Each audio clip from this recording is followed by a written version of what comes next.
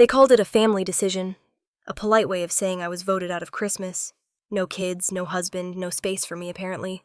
I didn't argue. I just smiled, packed my bags, and rented the chalet next door. When they saw me through the snow stepping out as the helicopter blades stopped turning, no one said a word. And that silence. That was the real reunion. If you haven't subscribed to the channel yet, don't forget to hit subscribe, smash like button, and tell us in the comments where you're tuning in from. The sound of my phone kept buzzing long after I'd shut my laptop. I was sitting alone in my apartment in Seattle, the kind of cold December night where the air outside hums against the windows. I had just finished a campaign design for a tech client, one of those last-minute end-of-year jobs that always show up when you're about to pour a glass of wine and call it a day. The screen glow bounced off the rim of the glass as I reached for my phone. It was the family group chat. Clarke Christmas 2024. The name alone felt too cheerful.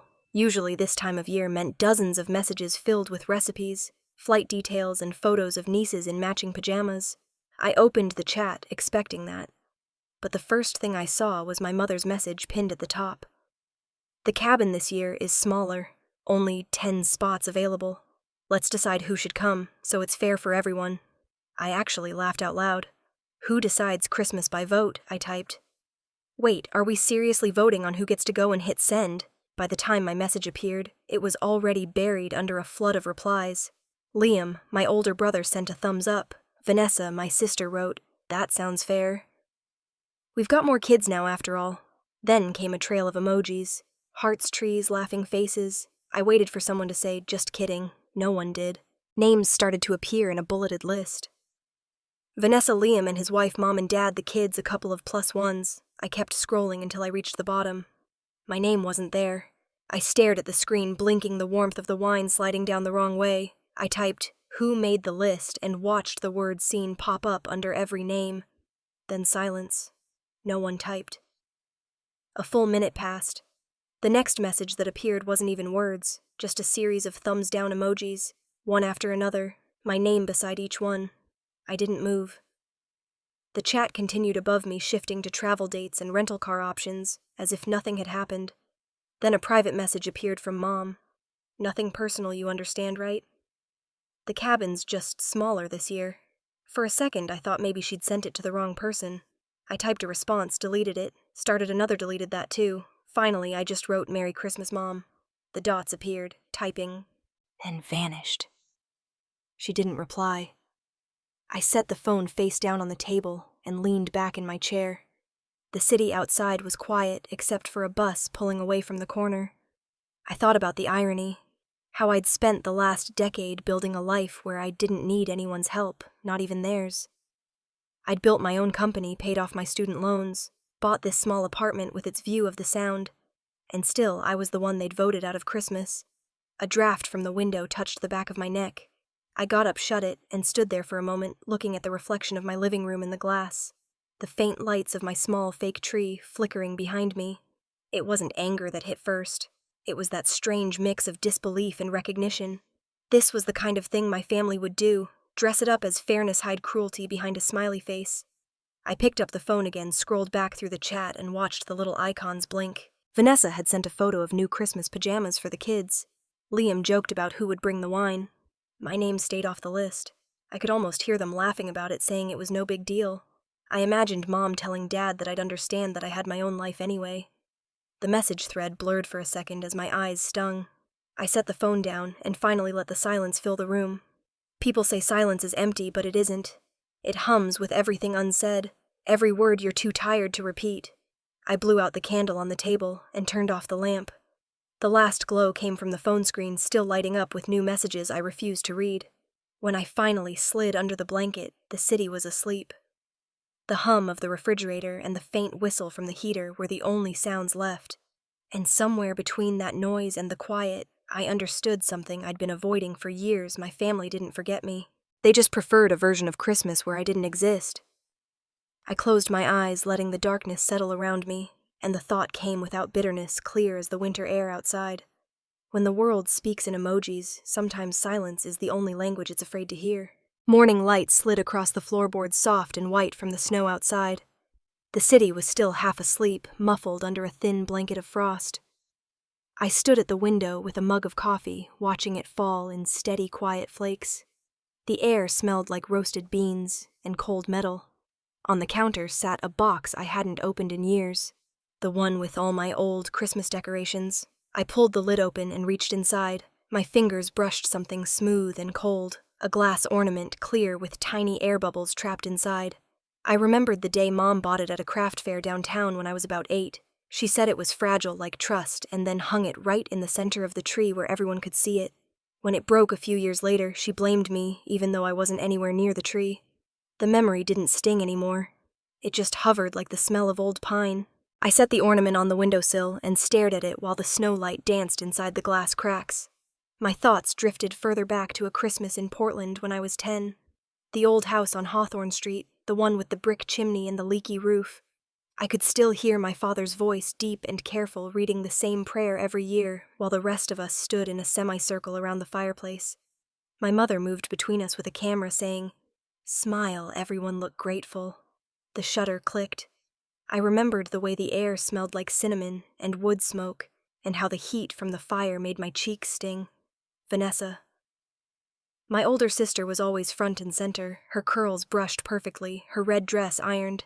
I was in the corner holding a damp towel, wiping the dishes because someone had to. Madison.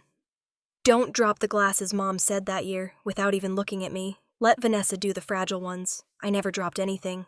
But when the photo prints came back a week later, my right shoulder was missing from the frame, cropped out like I'd never stood there at all.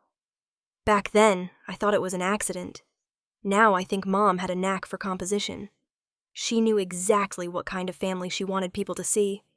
The kettle hissed, pulling me back to the present. I poured more coffee, opened my laptop, and checked the calendar. Deadlines, invoices, emails, all neat and color-coded. The normalcy steadied me. Clarke Collective, my little agency. I'd built it from scratch 4 years ago with nothing but a second-hand laptop and 2 clients who paid late but believed in me. This morning I had a call scheduled with a long-term client, a retail chain in Chicago. The final payment of the year, $30,000. Enough to cover the next quarter, maybe a vacation if I wanted one. When the deal closed, I leaned back in my chair, the hum of the computer fan filling the room. Well, I said to no one, "Am I good enough now?" The words hung in the air, thin and bitter. It wasn't about the money. It was about the absurdity that after all this, I still half wished someone from that chat would text.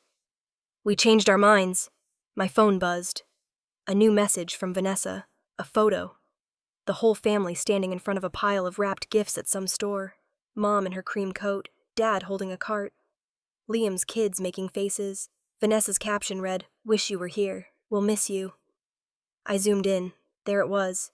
The family picture from last Christmas framed on the wall behind them, everyone smiling. And there I was again on the far right half, in half out of the frame. I looked like a guest who'd wandered into someone else's portrait. I scrolled up reading old messages. Jokes, recipes, weather updates, more emojis than words. Somehow the warmth in their tone made the exclusion sharper. A part of me wanted to reply something sarcastic like, "Miss you too," especially the vote. But sarcasm never lands well in a family that only hears what it wants. Instead, I typed, "Looks like everyone's excited," and hit send. Vanessa heart-reacted the message in under a minute. I set the phone down, closed my eyes, and took a deep breath. The smell of coffee had turned cold heavy. Outside, the snow had thickened, layering the city in white noise. I thought about last night's silence and the chat about the empty space where my name should have been. I thought about all the years I'd spent chasing their approval, college first job promotions, believing that success could buy belonging. It never did. It occurred to me then how many of my Christmases had been like that. Me standing slightly outside the picture, holding something fragile that never felt like mine to keep. I turned the ornament in my hand, watching the morning light scatter through the cracks. There was a small chip near the top, almost invisible unless you looked closely. Funny. It still caught the light, maybe even more than before. The city outside began to stir. Car tires hissed against wet pavement, and somewhere a church bell rang the hour. My phone buzzed again, another stream of messages lighting up the group chat. Talk of dinner menus, travel routes, laughter. I didn't open it. I poured the rest of the coffee down the sink, grabbed my notebook, and sat at the desk. The apartment felt larger than usual, maybe because there was no sound left except my own breathing. Some memories, I realized, don't fade. They just stop hurting. They become part of the quiet you build your life on. I turned off the lights and looked one last time at the ornament on the sill. It caught the last streak of morning sun and glowed fractured but bright. There are people who say they miss you, but what they really miss is the space you filled in their story. And maybe that's all right. That afternoon, an unfamiliar email slipped into my inbox between invoices and end-of-year offers. The subject line stopped me cold. The Clarke Family Holiday Trust. Annual payout freeze. I almost deleted it, assuming it was spam or a mistake, but the sender was the family's old investment bank in Portland. I clicked it open. The message was short, bureaucratic, sterile. Please note the temporary suspension of the Clarke Family Holiday Trust distribution for the 2024 fiscal year pending attendance verification. Attendance. I read the word twice, my coffee turning bitter on my tongue. Attendance of what? I stared at the screen for a long time before opening the filing drawer beneath my desk. Inside were half-organized tax folders, old company contracts, and at the very bottom, a faded leather binder my father had handed me years ago. He'd told me to keep it safe back when I still thought being trusted with family documents meant something. The binder smelled like dust and paper, and a faint trace of his cologne. I flipped through pages of typed statements, notarized seals, and family signatures. Then there it was, in bold. The Clarke Family Holiday Trust Agreement, 2001. I was in middle school that year. The trust was supposed to fund annual gatherings, maintain the property, and distribute profits from my father's old law partnership to all participating heirs present at the annual Christmas gathering. Present, there it was again. I leaned back, exhaling. So that was it. That was the reason they were so determined to vote every year. It was never about fairness or space. It was about money. Attendance meant payout. Exclusion meant forfeiting a share. I laughed quietly to myself, the sound dry. Cabin's too small, Mom had said. Sure, just small enough to fit the people who benefited. The thought left a taste like metal in my mouth. I grabbed my coat and keys before I could overthink it and headed into the gray afternoon. The snow had thinned to a light drizzle by the time I pulled into downtown traffic. My destination was clear Helen Brooks, my father's former colleague, and the only attorney I trusted. Her office was on the 12th floor of a sandstone building near Pioneer Square. Inside the place smelled of cedar and old paper. Helen looked up from her desk as I entered, her silver hair pinned back. Glasses perched on her nose. "Madison Clarke," she said, leaning back in her chair. "It's been a while." "Trouble again." "Family trouble," I said, hanging my coat. "Isn't it always?" She chuckled softly, motioning me to sit. "You sound just like your father." God, I hope not. That earned a laugh. I handed her the binder and the printed email. She read in silence for a minute, her brows knitting together. "Where did you get this?" she asked. "My father gave it to me years ago. Said it was the family trust agreement." Helen nodded. "He established this after his firm sold in 2001. The trust pays out dividends every December, but only to family members who attend the annual Christmas event. It was designed to encourage tradition. Or control," I said. She didn't argue. "You're saying they voted you out this year. Mom called it fair, said the cabin only holds 10. I think they just found a polite way to make me disappear." Helen sighed, flipping to the last page of the document. "If you're not present, your share is suspended until the next year. Technically, they can't remove you entirely, but the payout clause requires physical attendance, so they can freeze me out without breaking the rules," I said. "Exactly. But there's something they probably didn't count on." She turned the page and tapped a paragraph highlighted in yellow. "The clause only requires attendance at the family event, not in the main residence. If you're in Aspen anywhere on the property, you're considered present. They can't touch your share." I blinked. "You're serious?" It's poorly written, frankly, but legally binding." A slow smile crept up before I could stop it. "So if I'm physically there, even if they don't want me inside the cabin, they can't exclude you financially. You'll still qualify for your portion." I let the words sink in. For the first time in a long while, something in my chest loosened. Helen studied me, half amused. "You're planning something, aren't you?" I shrugged. "Let's just say I'm reconsidering my holiday plans." She slid the binder back across the desk. "Whatever you decide, be careful. Family feuds can get ugly, especially when money's involved." I met her eyes. "This isn't about money. It's about principle." Helen smiled knowingly. "Principle's just the polite word for revenge." I didn't disagree. Driving home, the city glowed wet and bright under the streetlights. Snow turned to rain, then back to snow as I climbed the hill toward my apartment. The world looked clean, untouched, like someone had painted over everything that came before. When I parked, I didn't go upstairs right away. I sat in the car engine off watching flakes hit the windshield. I thought about the trust, about the years I'd handed over holiday dues without asking questions, believing I was doing my part for family tradition. And all along it was a game. One they'd mastered, one I never knew the rules of. But now I did. I went inside, set the binder on the counter, and poured myself another glass of wine. The apartment felt different tonight, quieter, heavier, but not lonely. I ran my fingers over the embossed title on the binder. The Clarke Family Holiday Trust. They'd used that word. Family, as a weapon, as leverage, as proof of belonging. But I wasn't powerless anymore. I didn't need a seat at their table. I just needed to stand on the same ground. I smiled to myself as the snow began again outside, soft against the window glass. I didn't need a spot in their cabin. I only needed a place in the fine print. Snow fell thick and heavy that night, the kind that blurs the edges of everything it touches. By the time I pulled into the parking lot of my building, my windshield was a sheet of white, and the city had gone quiet beneath the storm. Seattle rarely looked this clean, this still. Inside, I shook off my coat and boots, the sound of melting ice hitting the floor. The apartment was dim, except for the soft glow of the Christmas tree in the corner. It was small, barely 5 feet tall, decorated with white lights, and the same glass ornaments I'd kept from childhood.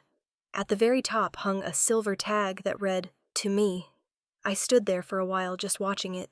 The hum of the heater filled the silence, the only reminder that something was alive in the room besides me. The doorbell rang sharp and unexpected. Chloe's voice came through the intercom. "Open up! It's freezing!" When I opened the door, she came in with a gust of cold air and 2 paper cups of cocoa. "You look like someone just read your will," she said, setting the cups down on the counter. "What's going on?"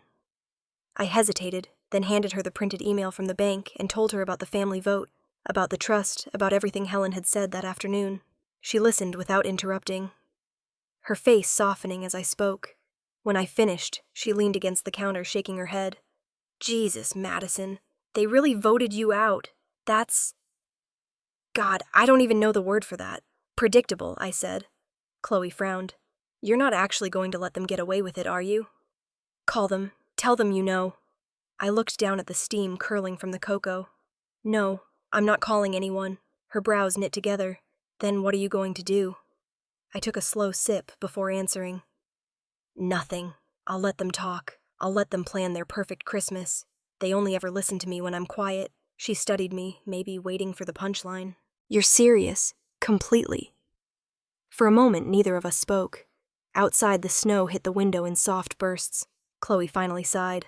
"You know your version of revenge always scares me more than yelling ever could." I smiled. "That's the point." She stayed another hour. We talked about work, about how Seattle shuts down after half an inch of snow. When she finally left, the apartment felt warmer, but quieter too. I locked the door, leaned against it, and looked at the tree again. The silver tag glimmered faintly. I crossed the room, opened my laptop, and typed Aspen Ridge cabins for rent. A list popped up immediately. Dozens of cozy, overpriced retreats with views of mountains and hot tubs that could fit 6. I scrolled until one caught my eye. Ridgeview Chalet. Private access. Fireplace. Mountain view. And one line that made my breath still for a second: helipad, available upon request. I clicked the listing. The photos showed tall pines blanketed in snow, a wraparound porch, and big windows that looked out over the valley. My family's usual cabin sat somewhere in that same stretch of woods. I knew the view. I'd stood there before. The price nearly made me laugh. $14,200 for 7 nights. I stared at the number, then opened my business account. Clarke Collective had done well this quarter. The balance more than covered it. I hovered over the Book Now button for a moment. Then I pressed it. The confirmation email arrived seconds later. I sat back staring at the screen. It wasn't anger driving me. It was clarity. I'd used the money I'd earned on my own terms, not to prove my worth to them, but to buy a silence that finally belonged to me.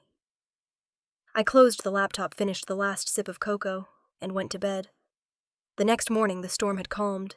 Seattle was wrapped in a dull gray sky, the kind that hints at snow but never commits. I made coffee and called the number listed in the cabin confirmation. A man answered on the second ring. "This is Noah Bennett," he said, voice steady professional. "Hi, Noah. My name's Madison Clarke. I just booked Ridgeview Chalet for next week. I wanted to confirm a few details." "Sure thing," he said. I could hear the faint tapping of a keyboard in the background. "Let me pull up your reservation." "All right, December 24th through the 31st. Will you need us to arrange any transport from the airport?" "Actually, yes," I said. "I saw something about helicopter access. Is that literal?" He chuckled. "It is. We have a private service that lands near the property. It's mostly for guests who don't like mountain roads." "That'll do," I said. "One more thing. I need absolute privacy. No neighbors dropping by, no staff entering the cabin, unless I ask. Can you make that happen?" There was a pause. That's a special request, but not unheard of. "How private are we talking, to the point where no one knows I'm there?" I said. He hesitated, then his tone changed lower and more respectful. "Understood. I'll make sure it's arranged discreetly. We pride ourselves on keeping our clients invisible when they need to be." "Good," I said softly. "Then we'll get along fine." When I hung up, I caught my reflection in the dark window, my face half lit by morning light, half in shadow. I didn't look angry anymore, just certain. I marked December 24th, on my calendar the words Aspen Ridge written in bold. Outside, the first flakes began to fall again, light and slow, like ash drifting from a fire long gone. The city disappeared behind a curtain of white. I stood by the window, coffee cooling in my hand, and for the first time all week, I smiled. They could keep their cabin, their votes, their version of Christmas. I'd already found mine. The next few days blurred together in a quiet, methodical rhythm. My office downtown sat on the 4th floor of a converted warehouse, the kind with exposed brick and windows too tall for their own good. A tiny fake tree blinked in the corner beside a stack of folders, and the faint sound of carolers drifted up from the street. Seattle had that heavy, gray December sky again, low quiet and almost forgiving. I came in early, more out of habit than necessity. My employees had already started their holidays, so the space was mine alone. I booted up the computer, the soft hum filling the silence, and opened my year-end checklist. Finalize client payments. Done. Transfer employee bonuses. Done. Book Aspen Ridge cabin. Done. Confirm helicopter charter. Done. Review trust fund documents. Ongoing. I scrolled through the spreadsheet checking boxes one by one. There was a satisfaction in watching tasks disappear like wiping dust off glass. I'd spent so many years being told I didn't finish things, didn't follow through, didn't commit. Now, every checkmark felt like a quiet rebuttal. The phone buzzed on my desk, a text from a number labeled Emily Niece, Aunt Mads. "I just wanted you to know I voted for you, but they said it didn't count because I'm under 18. I think that's stupid." I stared at the message for a long moment, a smile tugging at the corner of my mouth. The innocence of it almost hurt. I typed back, "Thank you, sweetheart. I'm okay. I hope you have fun this Christmas." 3 dots appeared, then vanished. She didn't respond again.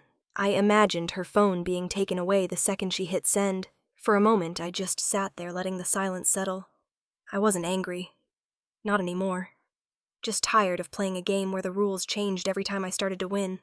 I went back to the desk, logged into the bank account for Clarke Collective, and transferred the cabin payment. Watching $14,000 disappear with one click didn't sting as much as I expected. Maybe peace of mind has its own price tag. The office heater kicked on. I walked to the window and looked down at the street below. People rushed past in coats and scarves, arms full of shopping bags. The kind of people who still believed Christmas solved everything. My phone rang again, the name flashing across the screen like a test I already knew the answer to Mom. I let it ring twice before answering. "Hi, Mom." Her voice came smooth, careful. "I just wanted to check in, honey. Haven't heard from you in a few days. Are you doing all right?" "I'm fine," I said. "Good. You sound busy, working, I suppose, always." There was a pause, the kind that comes right before someone chooses whether to tell the truth or stay polite. "You know, we never meant to hurt you," she said finally. "It's just, things are complicated. You understand, don't you?" "Of course," I said, completely. "Wonderful. Well, I just wanted to say we'll miss you this year. I'm sure you'll have plenty of company," I said, keeping my tone light. "The cabin sounds full." Another pause. I could almost hear her smile tightening. "Yes, it is." Space was a bit limited. "Story of my life," I said, before I could stop myself. Her voice faltered. What was that? Nothing. Merry Christmas, Mom. I hung up before she could say it back. The silence that followed felt heavier than the snow outside. I leaned against the desk, exhaling slowly, then glanced at the pile of unopened mail beside the monitor. One envelope stood out, cream paper red script. I picked it up, a Christmas card from my parents. The front read, "Family is forever." Inside there was a generic printed note about love and gratitude, with my name scribbled in blue ink at the bottom. I flipped the card over and stared at the blank back for a while before whispering, "Forever, if you fit in." I set it face down on the desk. Sometimes family isn't a bond. It's a contract nobody remembers signing. I took a deep breath and turned back to the to-do list. I liked order. Tasks didn't lie or shift blame. Tasks got done. That afternoon, I finished payroll scheduled next month's meetings, and even cleared my inbox, something I hadn't done in years. There was a calm satisfaction in closing every tab. When the light outside began to dim, I decided to wrap the few gifts I'd bought. Not for anyone else, just small things for myself. A new book, a candle, a scarf I'd wanted for months. I laid them out on the coffee table, wrapped each one in plain brown paper, and tied them with red twine. No tags, no ribbons, no false cheer. Except for one. On that I wrote in looping script to Silence. It sat perfectly centered beneath my tree, the smallest box of them all. As I looked at it, the city lights reflected faintly against the window glass. Somewhere downtown I could hear faint car horns and laughter. The world moved forward, unaware that a small war had already started behind one family's closed doors. I poured a glass of wine and stood by the window until the sky turned indigo. My phone stayed silent on the table the way I wanted it. They could have their noise. I'd chosen my quiet. Outside, the snow began again, slow and soft, falling in a rhythm that matched my breathing. There's a peace in knowing you don't have to prove anything anymore. No apologies, no explanations, no trying to fit back into a picture that was never meant for you. Just silence, steady and certain. And for the first time in a long while, it felt like the only gift worth keeping. 2 days later, I left Seattle before dawn, the sky still bruised with night. The highway stretched out like a strip of cold steel winding toward Denver. Snow had started falling again, thin and sharp, and the world looked freshly erased. I liked the quiet that came with driving. No notifications, no small talk. Just the steady hum of the engine, and my own thoughts for company. The radio crackled in and out of static, but it didn't matter. I wasn't listening. I just wanted the road to drown out everything else. The votes, the messages, the hollow, nothing personal. By the time I reached Denver, the storm had thickened. The city shimmered under a pale sky, all glass and chrome and Christmas lights. Helen Brooks's office was tucked inside a sandstone building downtown, its brass nameplate half hidden by frost. I parked, brushed snow from my coat, and climbed the marble steps. The lobby smelled faintly of cedar and expensive coffee. When I opened the door to her suite, Helen was there exactly as I remembered her. Gray hair in a twist, glasses perched low on her nose, a mug of chamomile tea in hand. "Madison," she said, standing to greet me. "I thought I might see you again before the year ended. I didn't plan to." I admitted, unbuttoning my coat. "But plans change." She gestured toward the chair across from her desk. "Sit. You look like you've driven through half the country." "Just the cold part." Helen smiled, a small crease forming near her eyes. "That's most of it this week." I handed her the binder and the printed copy of the trust clause. She adjusted her glasses and scanned the page, her lips moving slightly as she read. "So she said, setting the papers down, your family's planning another Christmas in Aspen. Without me." She nodded slowly. "I gathered as much. They think if I'm not there, they can suspend my share again. One less name to split the pie." Helen sipped her tea. "Technically they can, if you're absent. That's what I came to ask. What counts as absent?" Helen smiled faintly, the kind of smile lawyers give when they know they're about to rewrite someone's world. The trust defines attendance broadly.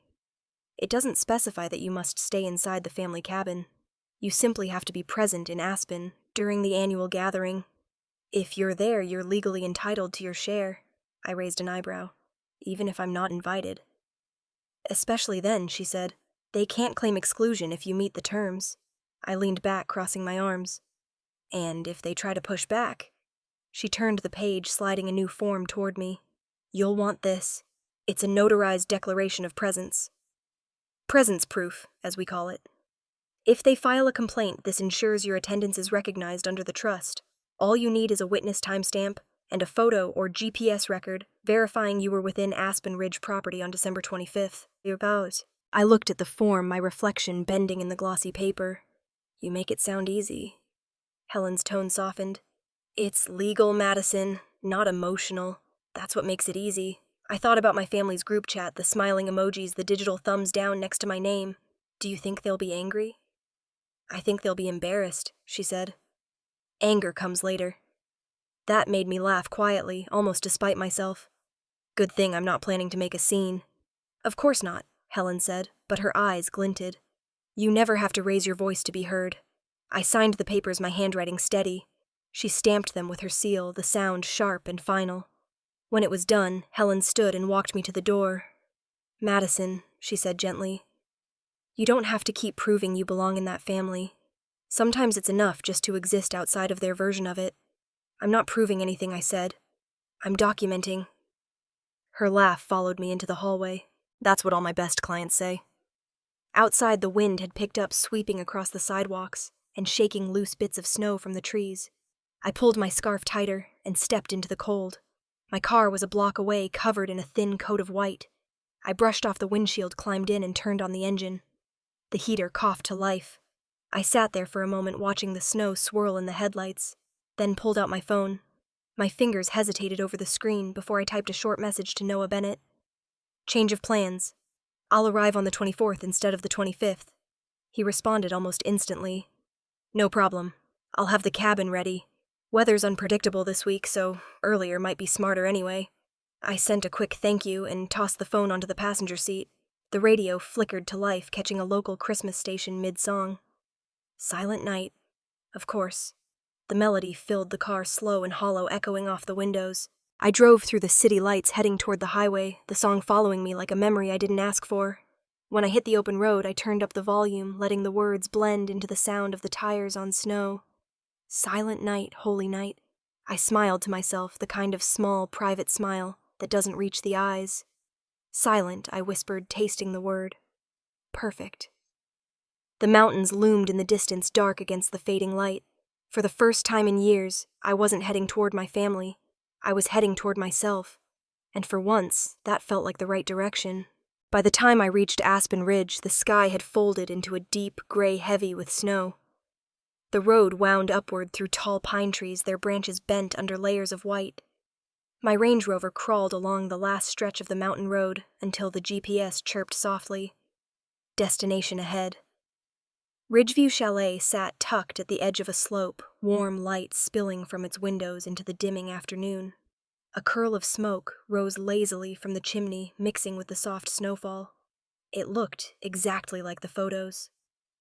Quiet, secluded, too perfect to feel real. Noah Bennett was waiting near the porch, bundled in a dark parka, his breath visible in the cold. He waved as I pulled in. You must be Madison Clarke, he said with a smile. Welcome to the quietest corner of Aspen.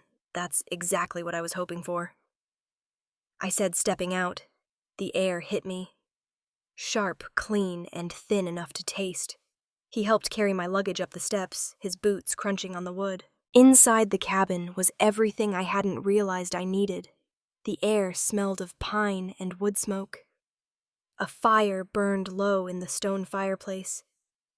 The floors creaked under the weight of years, but everything felt solid, safe. Noah handed me the rental papers to sign, his tone casual. Most people come here to unplug, but if you need Wi-Fi, it's password Ridgeview24. And I should probably mention your neighbors across the valley are the Clarks. They've rented the North Lodge for the week. Big family, lots of noise, though they told me they were going for a more peaceful Christmas this year. The corners of my mouth lifted. I'll make sure they get exactly that. He laughed, not understanding, and handed me the keys. If you need anything, my number's on the welcome folder. One more thing, I said. No one needs to know I'm here. He hesitated for a second, then nodded. Got it. Total privacy. We get a few guests who want that. When the door closed behind him, silence returned so completely that it startled me. I stood there staring at the flickering fire. Then I exhaled and felt the weight of the last week slide off my shoulders piece by piece. I unpacked slowly, laptop, camera, winter clothes, a small box with my ornament inside. On the mantel, I placed it next to a candle, a private ritual. I turned on the Bluetooth speaker, let a low jazz playlist drift through the cabin, and opened my laptop. The screen lit up the small space, familiar and grounding. I finished sending invoices, approved a final wire transfer, and double-checked my company's end-of-year accounts. Even after everything that had happened, the numbers looked good, steady, solid. The world outside my family still functioned just fine. Even when they voted me out, the world still paid me on time. I closed the laptop, poured a glass of wine, and walked to the window. The snow had picked up again, soft and endless, like a curtain lowering over everything that came before. A knock startled me. When I opened the door, a young woman stood there in a staff uniform, cheeks flushed from the cold. She held a basket of firewood. "Evening," she said. "Mr. Bennett asked me to drop these off before the storm hits again." "Thank you," I said, taking it. She smiled, glancing past me into the cabin. "Nice place, huh? I used to work over at the Clarke cabin a few years ago. Big family, kind of intense." I forced a polite smile. "That sounds about right. They mentioned something earlier when I was delivering supplies," she continued, lowering her voice. "Said they cut someone out this year. I didn't ask, but family stuff, I guess." I looked at her steady. "Everyone needs a break sometimes." She laughed, awkwardly nodding. "True enough. Merry Christmas." When she left, I closed the door gently and leaned against it, the basket of firewood in my hands. For a moment, I just stood there listening to the snow tapping against the windows. I set the wood beside the fireplace, poured another glass of wine, and sat down on the leather couch. The jazz hummed low, a saxophone playing something slow and sweet. My body sank into the cushions, exhaustion catching up to me in waves. The night stretched out quietly. Outside, the sky deepened to a navy blue, the kind that only exists in winter. Across the valley, faint golden lights began to flicker. My family's cabin. I recognized the outline instantly. They'd chosen the same one every year since before I could drive. For a while, I just watched. The light from their porch glowed through the falling snow, soft and unreal. A shadow passed the window. Probably my mother arranging things just so. Then another, Vanessa probably wrangling her kids. Somewhere inside, I imagined laughter, the clinking of dishes, the sound of my father telling a story no one wanted to hear again, but everyone pretended to. I could almost hear it through the glass, the echo of what used to be my life. I picked up the wineglass, held it to the light, and smiled faintly. "They wanted peace and quiet," I whispered, "and that's exactly what I'll give them." The wind rose outside, shaking the pine trees. The snow thickened again, soft flakes swirling like ash in the glow of the porch light. I let the fire burn low, the crackle filling the silence. Across the valley, the lights in their cabin burned brighter golden and loud against the dark. I imagined them raising their glasses, laughing, celebrating the perfect Christmas without me. I tilted my head back against the couch, closed my eyes, and let the warmth spread through me. They were laughing on the ground. I was waiting for the sky. Christmas morning came with wind that screamed through the trees. I woke to the sound of it hammering against the windows, shaking loose sheets of snow from the roof. When I opened the door, the world outside was a wall of white. So thick, it swallowed sound. The porch steps had vanished beneath a fresh drift. I stood there for a minute, just breathing it in. The cold burned in my lungs clean and almost punishing. I couldn't see the valley below or the faint golden lights of my family's cabin. It was as if the mountain had decided to erase everything. Inside, I lit the fireplace and waited for the kettle to whistle. The smell of coffee filled the air, sharp and comforting. I carried my mug to the window and wiped away the frost with my sleeve. Snowflakes spiraled past the glass, catching light from the fire. On the table, my laptop blinked with a new email. It was from Helen, Madison. "Just confirming your presence at Aspen Ridge for record purposes. Timestamp and GPS attached. You're officially in compliance with the Clarke family trust clause. Merry Christmas." I smiled, small and tired. Even in silence, Helen had my back. As I reread the message, my phone buzzed. A text from Emily. "Aunt Mads." Everyone saw the helicopter pad near your cabin. They think it's you. Mom said it has to be. Please, be careful. I looked out at the snow again, the landing area barely visible under a thick layer of white. I hadn't even realized the storm had hidden it. I typed back, "I'm fine, sweetheart. Stay warm. Don't worry about me." Less than a minute later, my phone lit up again. But this time, it wasn't Emily. It was Mom. I hesitated before answering. The last time we'd spoken, her voice had been sugar-coated. "Not now. Madison," she said the moment I picked up her tone tight. "Are you in Aspen?" I took a sip of coffee. "Good morning, Mom. Merry Christmas. Don't do that. Don't act like this is normal. I'm just enjoying the scenery," I said. "It's beautiful up here. You're near us, aren't you?" Emily said she saw a helicopter pad by a cabin close to ours. "You know that's not appropriate." "Why not?" "I'm not on your property. I haven't broken any laws. I just wanted to spend Christmas somewhere peaceful." Her breath hitched. "You came here to cause trouble.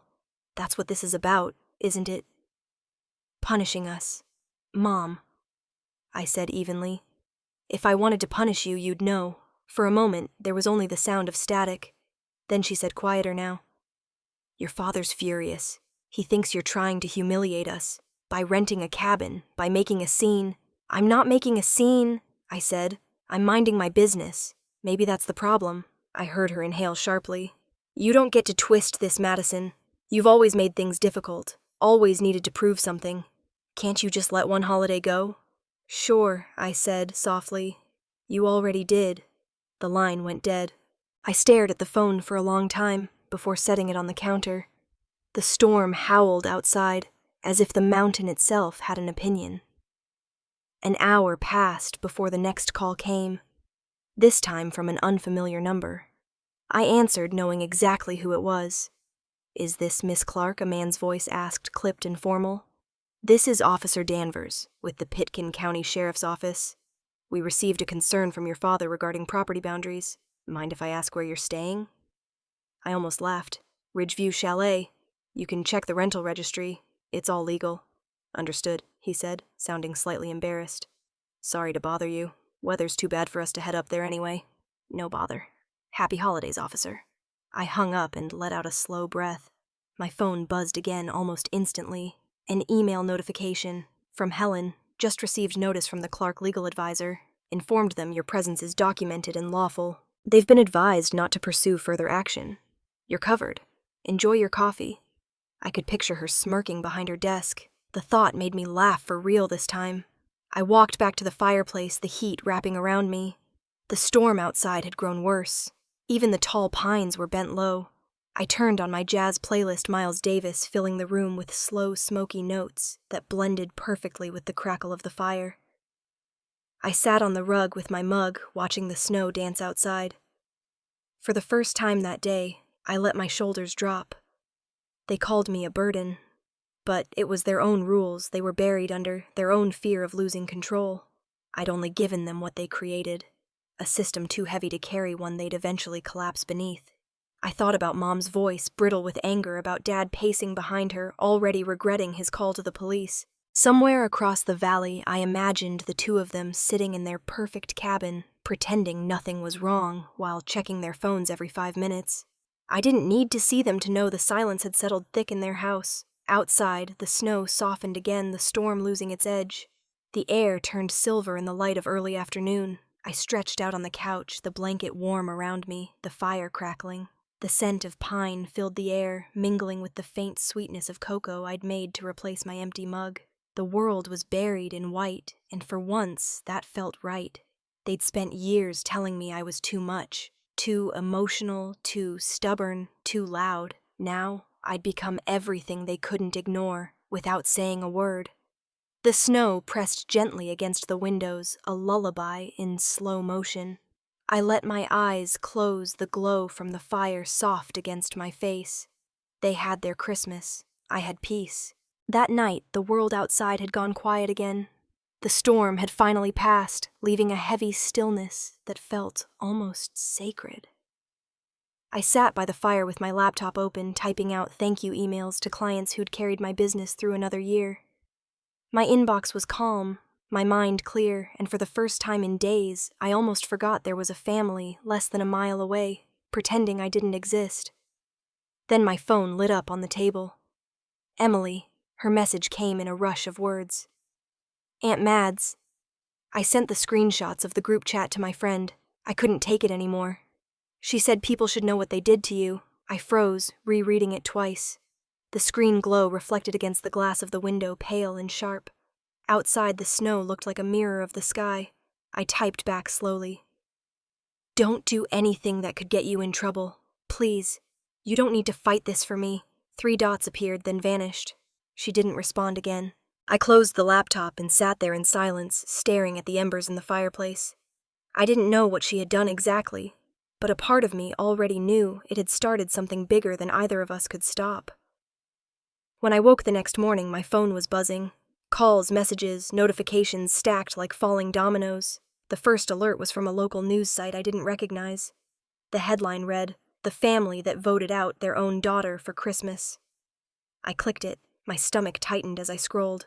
The article quoted anonymous sources and screenshots, clear, unmistakable ones, of the group chat from 2 weeks ago, my mother's words, my siblings' emojis, the nothing personal message. There was my name, blurred but obvious. By noon, it was everywhere. The story hit Reddit first, then Twitter, where it exploded under the tag #JusticeForMadison. Thousands of comments poured in, calling it the cruelest Christmas ever, modern-day exile toxic family drama at its peak. I wasn't tagged, but I didn't need to be. My inbox filled with interview requests, sympathy messages, even book agents, sniffing around for a healing memoir opportunity.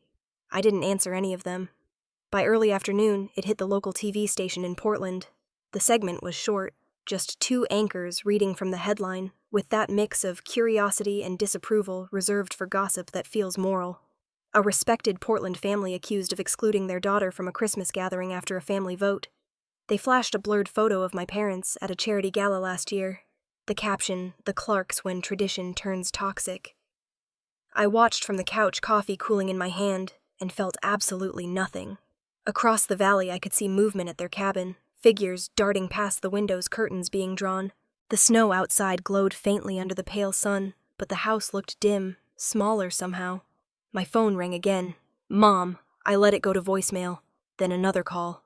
Vanessa. I answered this one. Are you happy now?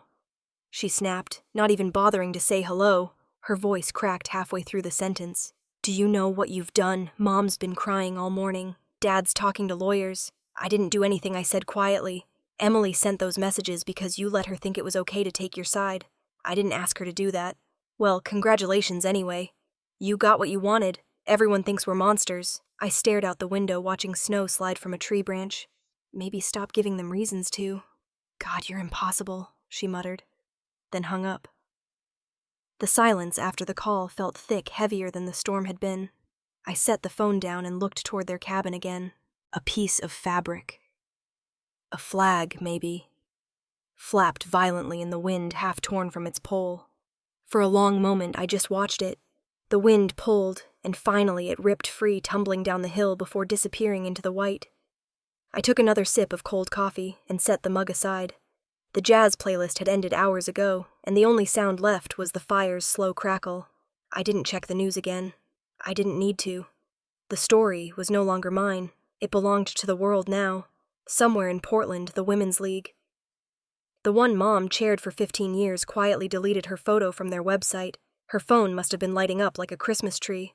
Somewhere else, a neighbor was probably reading the article aloud over brunch, shaking her head, saying she always suspected something was off about that family. I imagined Mom standing in the kitchen of the cabin clutching her phone, tears streaming down, while Dad tried to control the situation and Vanessa pacing in the background, rehearsing apologies for a scandal they couldn't spin away. I didn't celebrate it. I didn't gloat. I just sat there feeling the weight of the fire's heat against my legs, the cold of the window glass against my shoulder, the strange balance of warmth and chill that mirrored everything inside me. When the phone buzzed again, another text from Vanessa appeared. Are you satisfied? Mom's falling apart? I stared at it, then typed one line. I didn't write this story. After a pause, I added, I just stopped covering it up. Then I deleted the message before sending it. Instead, I powered off the phone and placed it face down on the table. Outside, the wind picked up again, scattering snow across the porch, the flakes dancing like ash. The light from their cabin dimmed further until it was barely visible through the white. They'd spent their whole lives trying to control the narrative, and now it had slipped out of their hands. I hadn't written a single word. I'd simply let the truth speak for itself. By the afternoon of the 26th, the storm had finally broken. The clouds lifted from the mountains like a curtain, and sunlight spilled across the snow until everything shimmered as if made of glass. The air was sharp and wet, full of that clean smell that comes only after a blizzard. I pulled on my coat, wrapped my scarf twice around my neck, and stepped outside. The snow crunched under my boots, melting at the edges where the sun had already begun its quiet work. Aspen Ridge was almost unrecognizable from the day before. No wind, no chaos, just calm. The path curved downward toward the Clarke cabin. I hadn't meant to go there, not really, but my feet kept following the slope. Maybe curiosity, maybe something smaller and harder to name. Halfway down, I saw movement by the porch. A figure in white standing still. My mother. She wore a wool coat that matched the snow, her hair perfectly brushed, though her face looked pale and worn. For a moment, she didn't see me. She was looking out over the valley, arms wrapped tight around herself. Behind her, through the glass, I caught a glimpse of my father pacing near the window. The lights inside were dim, and he avoided looking out. When she finally noticed me, her whole body stiffened. I stopped a few yards away. The space between us felt wider than the mountain. "You shouldn't have come here," she said, voice thin. "I didn't," I said. "I was walking." Her mouth tightened. "Then keep walking." I almost did, but then she took a step forward and something inside me refused to move. "You've humiliated this family," she said, her voice trembling not with anger but exhaustion. "You've turned us into a spectacle. Do you know what people are saying?" "Yes," I said quietly. "And it's all true," she shook her head. "No one deserves this. You think this makes you happy?" "No," I said, "but at least I don't have to pretend anymore." Her lips parted, then pressed shut again. She looked older in that moment, smaller. The wind picked up, lifting her hair. Behind her, the cabin door creaked open. Vanessa stepped out, her cheeks flushed from the cold, her arms crossed over her chest. "Mom, come inside," she said. Then spotted me. "Of course," she muttered. "It's you." I met her gaze, but said nothing. She walked closer, the snow squeaking beneath her boots. "What do you want, Madison? You've got everyone's attention. You've got your revenge. What else is left?" "Nothing." I said, "I just wanted to stand where you said there was no space for me." Vanessa's jaw tightened. "That's not what we meant. It's exactly what you meant." She stopped a few steps away, her breath visible between us. For a second, I thought she might actually apologize. Instead, she looked away, muttering, "You always twist things." Mom's voice broke the silence. "Enough, Vanessa." Vanessa hesitated, then turned and walked back toward the cabin, her shoulders rigid. When the door closed, Mom and I were alone again. She looked at me for a long time. "You used to be kind," she said softly. "Before all this, I still am." I said, "You just stopped seeing it." She swallowed, eyes glistening. "I never wanted it to come to this. Neither did I." Her hand twitched at her side as if she wanted to reach for me. For a heartbeat, I thought she might, but I stepped back before she could move closer. The air between us froze solid. "I spent years waiting for you to hug me first," I said. "Now I just hope you don't." Tears gathered at the corners of her eyes. "Madison, please." I shook my head. "It's okay, Mom. Really. You don't have to explain. I understand more than you think." The words seemed to drain what little strength she had left. She turned her face away, wiping her cheek with a gloved hand. I looked past her into the cabin windows. My father stood in the back, watching from behind the curtain, pretending he wasn't. His silhouette barely moved. I wondered if he felt guilt or just inconvenience. Mom whispered, "What happens now?" "Nothing." I said, "You go back to your perfect holiday. I go back to my life." The wind shifted, carrying the faint sound of laughter from inside their cabin, the kind of forced laughter that breaks too quickly. "I hope someday you'll forgive us," she said. I smiled faintly. "That's not what I'm after." She opened her mouth, but no sound came out. The silence between us was louder than any argument we'd ever had. After a moment, I turned and started back up the hill. My boots sank into the soft snow, each step leaving a hollow mark that filled again within seconds. I didn't look back. The sunlight had begun to fade the edges of the sky, turning gold. The cold bit into my skin, but I didn't hurry. Behind me, I could hear her breathing, soft, uneven, and then nothing at all. At the top of the slope, I stopped once, looking back. The Clarke cabin stood still and small against the white, a perfect postcard. For years, that house had meant belonging. Now it just looked like another building with its lights on, trying to seem warm. I turned away and kept walking. The snow crunched beneath my boots, the only sound for miles. I'd spent most of my life chasing an embrace that was never coming. Now all I wanted was distance. That night, the firelight painted the walls gold. The storm had passed, leaving a silence so complete that I could hear every pop of the burning wood. I sat curled on the couch, wrapped in a blanket, the only sound the hum of the heater and the faint hiss of snow melting against the window. My phone buzzed beside me. A new message from Helen. I opened it and read, "The trust fund has been reviewed. Your share remains untouched. They can't contest it without violating their own terms. Congratulations, Madison. Merry Christmas." I let out a breath I hadn't realized I'd been holding. The relief came quietly, not triumphant, just still. I leaned my head back against the couch and closed my eyes, feeling something loosen deep inside my chest. It wasn't victory. It was release. The knock came softly tentative at first. I hesitated before standing, pulling the blanket tighter around me. When I opened the door, a small figure stood on the porch, cheeks flushed pink from the cold. Emily. She was holding a small box wrapped in red paper, a dusting of snow on her hair. "Hi, Aunt Mads," she said, voice uncertain. I made you something." I stepped aside. "Come in before you freeze." She hurried inside, stamping snow from her boots. The warmth from the fire hit her, and she sighed in relief. I knelt to take the box. "What's this?" She grinned nervously. "Cookies. Well, kind of. Mom burned the first batch, so I made my own while everyone was arguing." That made me smile.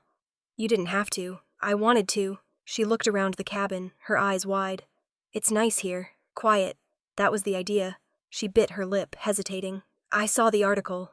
Everyone did. Mom's so mad. Grandpa keeps saying it's fake, but Grandma cried all morning." I sighed softly. I didn't mean for any of that to happen. Emily shrugged. "They kind of deserved it." She paused, then added in a small voice, "You won though, right? The trust thing?"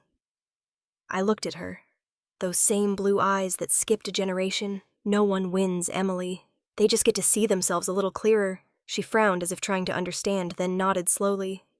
"I'm glad you're here. Me too." We sat for a few minutes, the fire crackling between us. She told me about school, about her dog, about how Christmas morning had been tense but quiet. The kind of quiet that doesn't feel peaceful, just empty. When she stood to leave, I walked her to the door. She hugged me quick tight the way only kids do. "Don't disappear again," she said. "I'm not the one who disappears," I said gently. She smiled, waved, and ran down the hill toward her family's cabin. Her footprints vanishing almost immediately in the snow. The silence that followed was softer this time, almost kind. I sat back down, letting the warmth seep into my bones. My phone vibrated again. "Noah, helicopter's en route. Weather's clear. You still planning to leave tonight?" I stared at the message, then typed back, "Yes." "Thank you," he replied. 10 minutes. I stood stretching and took one last look around the cabin. The fire was low, casting long shadows on the wood. My half-empty mug sat on the table, a thin wisp of steam still curling from it. Everything about this place had been temporary, an in-between space carved out of chaos. I grabbed my coat, stepped outside and locked the door behind me. The air hit hard, crisp, and cold enough to sting. The snow glittered beneath the porch light, tiny diamonds scattered across the ground. In the distance, I heard the faint chop of rotor blades. The sound grew louder, deeper, vibrating through the still night. Noah appeared near the clearing, flashlight in hand. "Evening, Ms. Clarke," he called over the wind. "Your ride's ready." "Perfect timing," I said, shouting over the noise. He offered to take my bag, but I shook my head. "I've got it." We walked toward the open space where the helicopter waited, its blades cutting arcs of light through the dark. The air whipped at my hair, cold against my face. Before climbing aboard, I turned back. Across the valley, my family's cabin stood dark, not a single window lit. For the first time in years, I didn't feel that familiar pull toward it, the ache of wanting to be seen. Instead, I felt calm, detached, whole. They wanted a peaceful Christmas. I'd given them exactly that, their own silence, reflected back at them. I climbed into the helicopter, the pilot nodding in greeting. As the machine lifted off the ground, snow spiraled beneath us, a whirl of white light and wind. The cabin shrank below, first Ridgeview, then theirs, two small shapes in a valley of endless snow. The higher we rose, the quieter everything became. The world below blurred into a single sweep of white and gold, like the last page of a story that had already told itself. I leaned back, closed my eyes, and breathed. Justice, I realized, doesn't always roar. Sometimes it whispers. The sun crept over the horizon as the helicopter cut through the thin, cold air. The light spread across the mountains, turning the snow into liquid gold. I leaned toward the window, watching the world stretch below. Aspen Ridge, the frozen rivers, the tiny cabins that looked like toys scattered across the white. Somewhere down there was the Clarke family, or what was left of it. They wanted me gone. I just chose to rise above them. The pilot's voice crackled through the headset. We'll be over Denver in about 20 minutes, then on to Seattle. I nodded, though he couldn't see me smile. My reflection in the glass looked softer than I expected, as if the climb had lifted more than just altitude. When the mountains finally gave way to city, the world changed from white to gray. Highways replaced ridges, traffic lights instead of trees. By the time we landed, it was almost noon. I thanked the pilot, grabbed my small bag, and stepped into the muted hum of the airport terminal. The trip home was uneventful. One connecting flight, a cup of burnt coffee, and the quiet satisfaction of anonymity. No one knew who I was here. No one cared about the woman whose family had voted her out of Christmas. It was peaceful. Seattle greeted me with drizzle as always. The streets gleamed wet and familiar as the cab wound its way back to my building. When I opened the door to my apartment, the air inside felt exactly as I'd left it.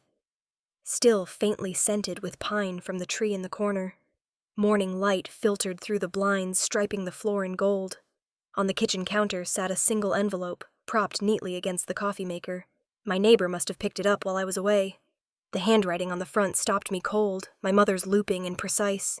The return address read Portland, Oregon. For a long moment I just stood there, the envelope in my hand tracing the ink of my name.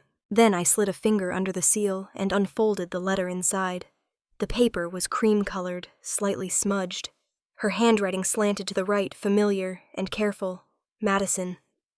We never meant for things to go this far. We were wrong, but we didn't know how to say it. You've always been stronger than we were. Maybe that's why we feared you'd stop needing us. I hope one day you'll understand that love doesn't always look right. We're trying to learn. Love, Mom. The words were simple. No grand apology, no excuses, just a quiet attempt at something human. I read it twice. Then I folded it carefully and set it on the counter. My hands didn't shake. There was no anger left to feel, no victory to savor. Just a small, unexpected peace. I walked to the window and pulled the blinds open. The city stretched out below, gray, alive, honest. People moved on the sidewalks, bundled in coats, clutching coffee cups, trying to get through their own lives. It was strange how ordinary everything looked after the kind of week that could change you forever. I leaned against the glass, letting the chill seep through my sleeve. Somewhere above the skyline, a faint rumble cut through the noise. A helicopter passed over the bay, heading west toward the sound. I watched it until it disappeared behind the clouds. Forgiveness doesn't always arrive as words. Sometimes it's just the quiet that follows, when you stop needing answers. I turned back to the apartment, the faint smell of last week's candle still lingering in the air. The tree lights blinked lazily, half of them already burned out. I thought about taking it down, then decided to leave it a few more days. Not everything had to end neatly. Some things were meant to fade slowly. I picked up the letter again, reading the final line once more. We're trying to learn. Maybe that was enough. As the day unfolded outside, I made coffee and sat by the window, notebook open, jotting down ideas for the new campaign my firm would start in January. Life didn't wait for anyone, not even for broken families to mend. But for the first time, that truth didn't make me sad. It made me free. They had their silence, and I had mine. But mine wasn't made of shame or guilt anymore. Mine was peace. The sun dipped behind the skyline, washing the city in orange. I raised my cup toward the fading light, a quiet toast to everything that had burned and everything that would rebuild. They excluded me from their story. I simply stopped needing to be in it. They excluded her. She excluded their control. If you've ever been left out, if you've ever been told you didn't belong, remember this. Sometimes the silence you choose becomes the loudest justice there is.